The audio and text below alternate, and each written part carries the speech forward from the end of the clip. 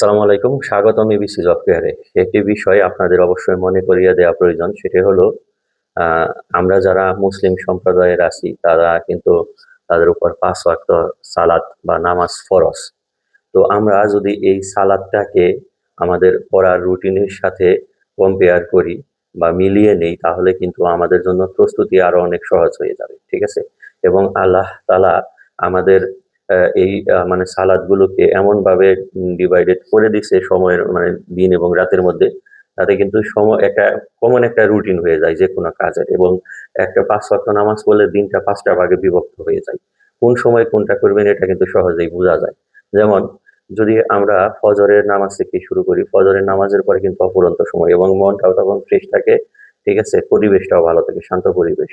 ফজরের নামাজ যদি 4টায় হয়, ধরেন যে 5টায় শেষ হলো, আমরা ফ্রেশ ট্রেশ হয়ে হালকা কোনো নাস্তা করার প্রয়োজন হলে সেই নাস্তা করে তারপরে আমরা যদি টানা 3 ঘন্টা পড়ি, ধরেন যে 5টা থেকে 8টা পর্যন্ত বা 9টা পর্যন্ত পড়ার পরে আমরা একটু রেস্ট নিলাম, বা কেউ যদি চাকরি বাকরি করেন, ঠিক আছে, সেইখানে সে চলে গেল।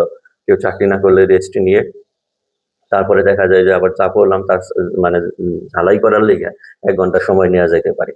দেখা যায় এদিকে 12টা, 12:30 বা 1টা বেজে গেল, তখন গোসল আছল করে আবার জোহরের নামাজ আদায় করে দুপুরের খাবার খেয়ে হালকা একটু রেস্ট নিয়ে আমরা কিন্তু আবার 3টার থেকে আবার টানা 1-2 ঘন্টা সময় পাই, 4টা বা 5টা পর্যন্ত আসরের নামাজ, ঠিক আছে? অনেকে 3:30 বা 4টার দিকে পড়া হয় যারা আহলে হাদিস আছেন, আবার হানাফি মাযহাবে 5টার দিকে। তো এইভাবে নিয়ে আসরের নামাজের পরে থেকে মাগরিবের নামাজ পর্যন্ত এই সময় আমরা পড়ালেখার মনে করি না যে ওইভাবে দরকার আছে। যদি কারোর নোট থাকে তাহলে একটু দেখতে পারেন। তাছাড়া এই সময়টা রিল্যাক্সের সময়, একটু ঘোরাঘুরি করলেন, মনটা ফ্রেশ হলো। মাগরিবের নামাজ পড়ে এসে তারপরে আবার সময় এশার নামাজ পর্যন্ত টানা পড়াশোনা করলেন। করে এশার নামাজ শেষে তারপরে আবার একটু মানে রেস্ট নিয়ে খাওয়া-দাওয়া করে তারপরে আপনি ঘুমানোর আগ পর্যন্ত আবার একটু যা পড়লেন সারাদিন এগুলো একটু মানে ঝালাই করলেন। ঠিক আছে? দেখলেন বা নিজে, নিজে একটা পরীক্ষা দিলেন।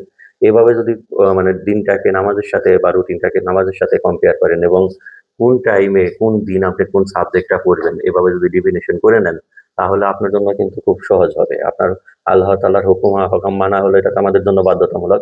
প্লাস আপনি এটাকে একটা পড়ার রুটিন হিসাবে কভার করতে পারলেন এবং পড়ার রুটিন ছাড়া না পড়ে কোনো লাভ নেই।